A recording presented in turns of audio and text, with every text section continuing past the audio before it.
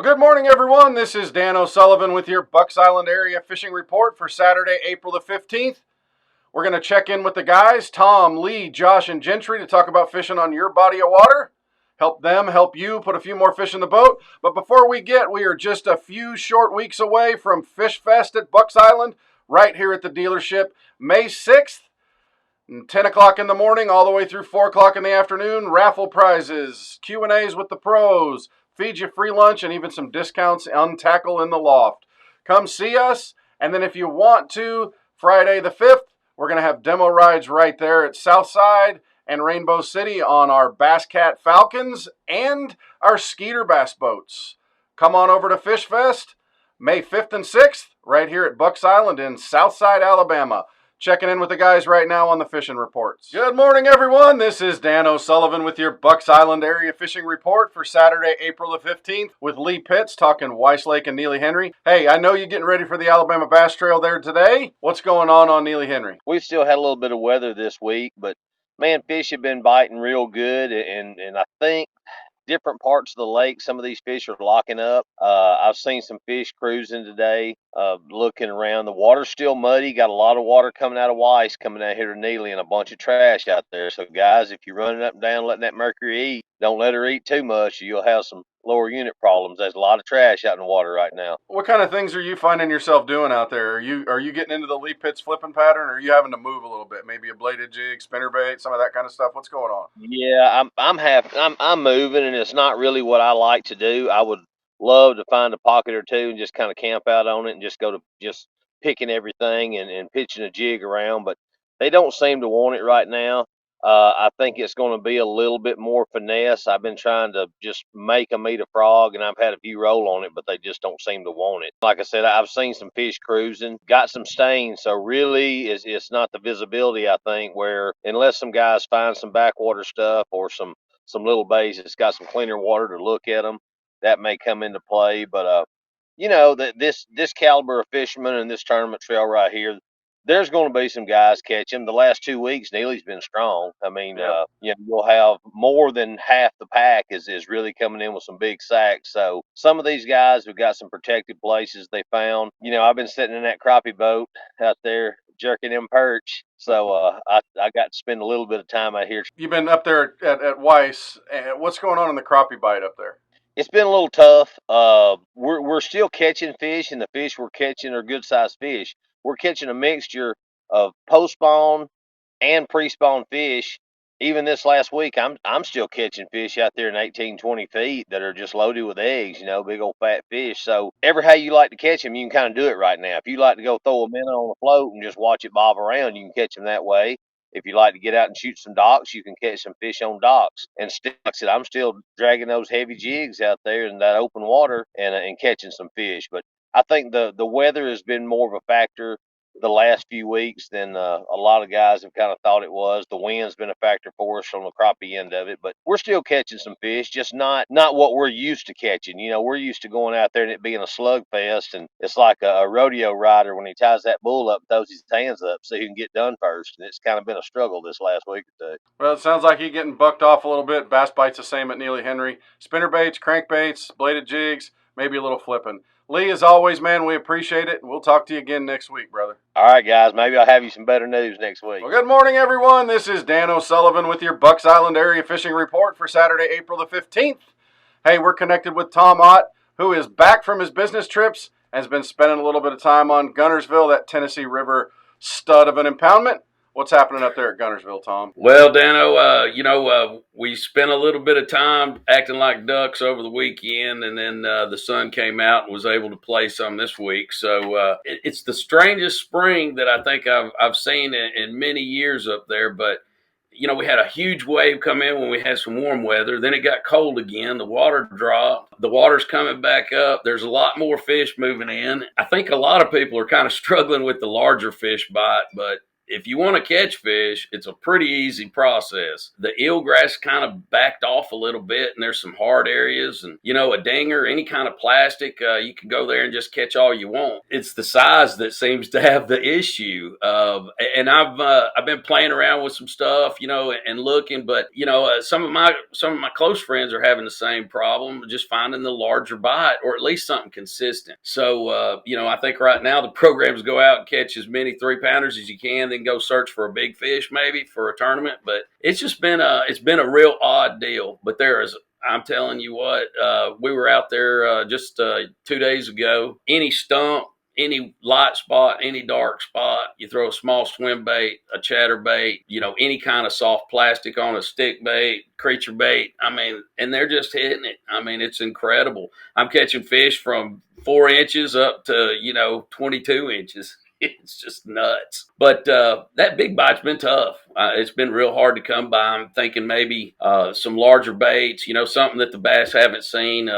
Some large swim baits I've been throwing quite a bit, and I've had some slaps, but not really hooking up. A small 3.5, 4-inch swim bait has caught my best fish along with a chatterbait in the last 2 weeks anyway. Well, they didn't get big by being stupid, so it doesn't surprise me at all. I know you're seeing crappie boats piled up everywhere around those causeways and everything.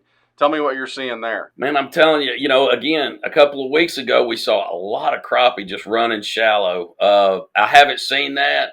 I think a lot of that has come and moved on, but there's still a lot of crappie out there, a lot of crappie boats that are fishing. Some of the areas that are really producing, that South Saudi area, a lot of stumps over there. It's got some more grass than it has in the years past. And it's like a flotilla out there with the crappie guys, and the spider rigs, but they're all over the place.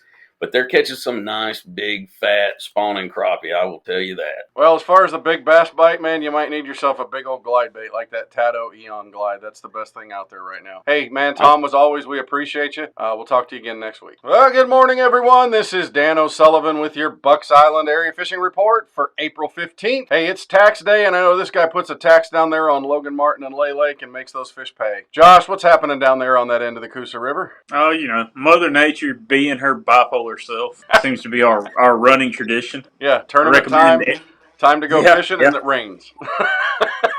I recommend everybody work on Saturdays and Sundays and fish on Tuesdays and Wednesdays. Seems to be the best days. Yeah, man. No, they're biting. You can catch a bunch. This past weekend sucked pretty bad, but that was par for the course. The tournament weights did not reflect how big of a grind it was for most of us. But it was fun. You got a bunch of fish eating spinnerbaits right now. You got a bunch of fish that were up spawning. I'm not sure if that really cold rain we had ran them off or they finished up that fast. So there's definitely still some hanging around, but I think we got a bunch of them that they came and left pretty quick. So it seemed like the big deal this past weekend was spinnerbaits, swim jigs, stuff like that. We even had a little shad spawn. Wow, that's unusual this time of year. Yeah, especially in the rain. But that's you most of the time you don't see shad spawning right in the middle of the rainstorm, but it happened. So, but like I said, fish are still eating swim jigs. Fish are still eating spinnerbaits. We're fixing to have your bluegill beds, your shad spawns, and your mayfly hatch. And if everything goes according to plan, we're going to have them all on the same day. Yeah, it sounds like it. Hey, your spinnerbait bite. Is the water dirty enough that you want to stay with kind of a round blade, or are you starting to be able to turn towards the willow leaves now? No, it's willow leaf season. When the water gets above 60, 62, I like throwing a double willow. Unless it's got a lot of color, then you can do Colorado, Indiana, something's got a little bit more thump, but the Indiana will still give you the lift of the willow. So it's not something you're really slow rolling around. You're kind of pumping it, snapping it. You're still looking for that reaction deal. Yeah, something a little bit moving. I noticed the grass is starting to turn a little bit green, so that's all pretty good. We just get some stable weather. We got a new moon coming up, and that should move some more fish up, right? Absolutely. Sounds like the crappie bite's firing pretty good. Yeah, I've seen a lot of that out there too. Well, Josh, man, as always, we appreciate everything. We're looking forward to seeing you soon. We'll talk to you again next week, brother. See you, man. Well, good morning, everyone. This is Dan O'Sullivan with your Bucks Island Area Fishing Report for Saturday, April the 15th. We're joined by Gentry Gordy, who's going to talk Lake Martin and Jordan Lake. Which lake do you want to start on this week, Gentry? Let's start with Jordan, Dano. I think you got both, like the river and the creeks up there is kind of starting to pop off. You know, you got because of the rain and the current and and the stained water, you got your river fish that are eating good. Your Alabama rigs, your swim baits, even jigs on the walls up the river. But just given the time of the year, they're wanting to push up and have pushed up, so you can Texas rig around your grass and some of your pockets. In the back of the pockets, you got some shad back there, so everything's really starting to fire on Jordan like it should. So is the water level getting to a point to where that water willow, that Coosa River grass is starting to turn green, or is it still dead right now? There's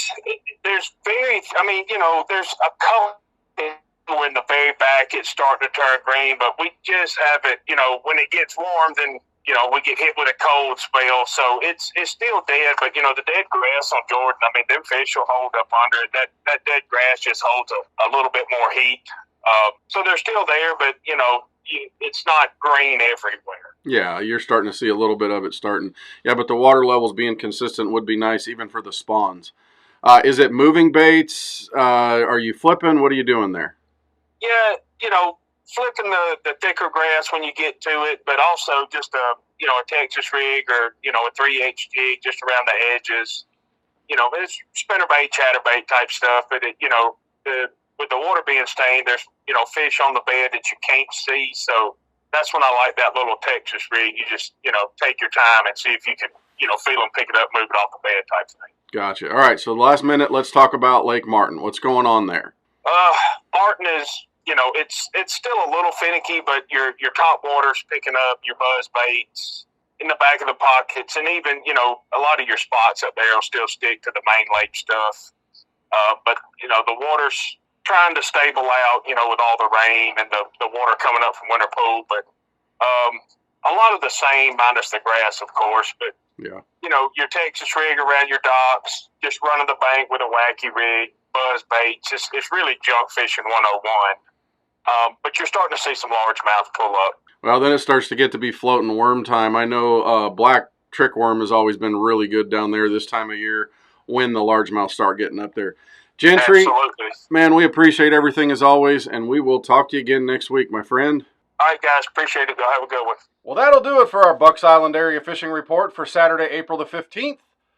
Hey, don't forget, Bucks Island Fish Fest, May 6th. It's coming up fast. We're going to have pro anglers. We're going to have raffle prizes. We're going to have vendors galore. And we're going to feed you free lunch. So make sure to stop on by Bucks Island May 6th. But in the meantime, if you need anything, we are here at the dealership Monday through Saturday, 8 a.m. to 5 p.m. to help with whatever your needs are. Thanks for trusting us, and thanks for spending the time with us here at Bucks Island. You are the best part of our dealership, and you are appreciated. Thanks again, and we will talk to you again next week.